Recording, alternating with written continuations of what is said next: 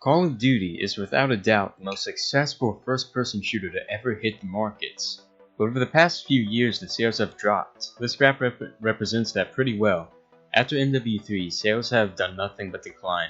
The only game not on this graph is Infinite Warfare, and as you would expect, it is the lowest with only 7.73 million first-week sales. But why is Call of Duty failing all of a sudden?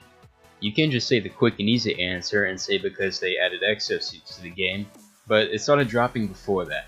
I noticed a pattern in this graph, and if you look closely, you probably will too. The reason why Call of Duty is failing is because the game is becoming repetitive. Now, it is not repetitive in gameplay, because gameplay does change throughout each Call of Duty, no matter how small or big it is. Whether it be as small as new guns and kill streaks, to as big as completely new movement system, there are new forms of gameplay throughout each year. Call of Duty is repetitive because it focuses on one era for too long of a period of time. This graph pretty much proves it. If we look at when Call of Duty was growing, you'll notice that each year the game was focused on a different time period. Modern Warfare 1 is modern, World at War is World War II, Modern Warfare 2 is modern, Black Ops 1 is around the Vietnam era, Modern Warfare 3 is modern, and then BO2 is future. Nothing wrong there, you can see that they're alternating each time period after each year.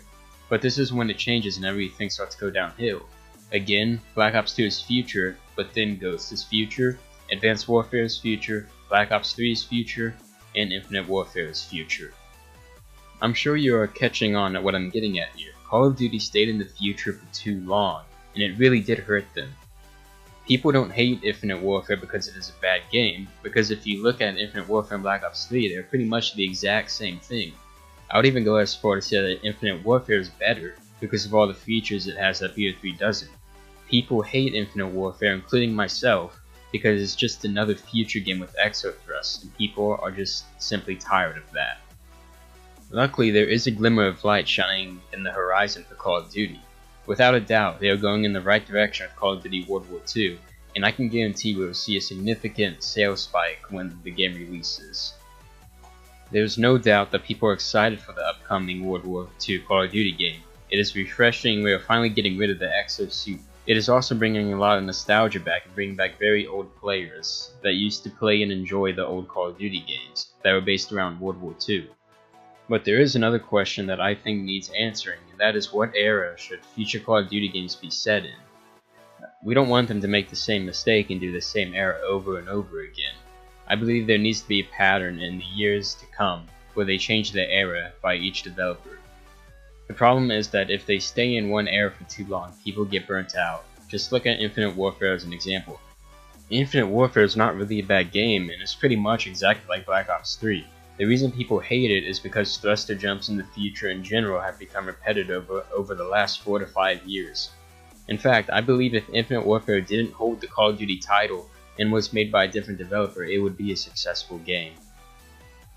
The only way to fix this, I believe, is to switch up the eras every 1 to 2 years.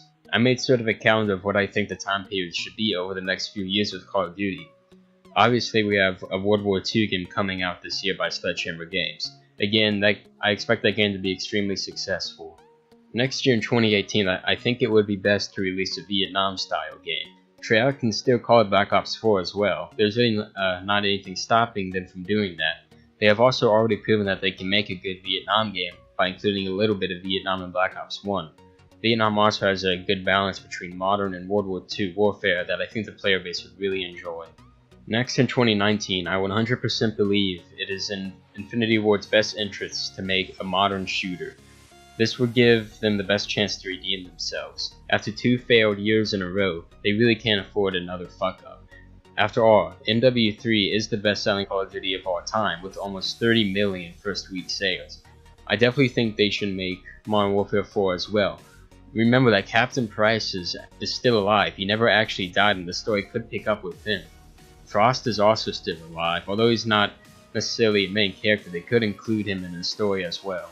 Now we are back with Sledgehammer Games in 2020, and I think they should also do a modern game.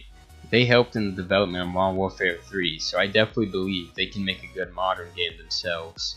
Then in 2021, Treyarch should do a World War II game. I would like to see World at War II personally. I feel like that would be the best choice for them, considering World at War is already a successful game. And finally, in 2022, Infinity Ward goes back to futuristic, but avoids thruster jumps. I believe by then we'll be ready for another futuristic Call of Duty title, as long as there isn't any thruster jumps. In fact, I don't think thruster jumps should make their way back into Call of Duty for a very long time. Obviously, this sort of pattern would still have to continue throughout the years with Call of Duty. I think that this would be the best pattern they could take. It removes any repetitive nature the game has and gives players a fresh game each year. Tell me what you think down in the comments below. Do you think Call of Duty sales will see a spike with the upcoming World War II game, or do you think it's going to go even lower like it has been over the past few years? I'm really interested to hear your opinions and what you thought of the video as well. If you have any criticism, make sure to put it in the comments below. I do read the comments and any criticism is taken well. If you did enjoy the video, make sure to like and subscribe. It means a whole lot to me. And as always, have a nice day. Damn, son.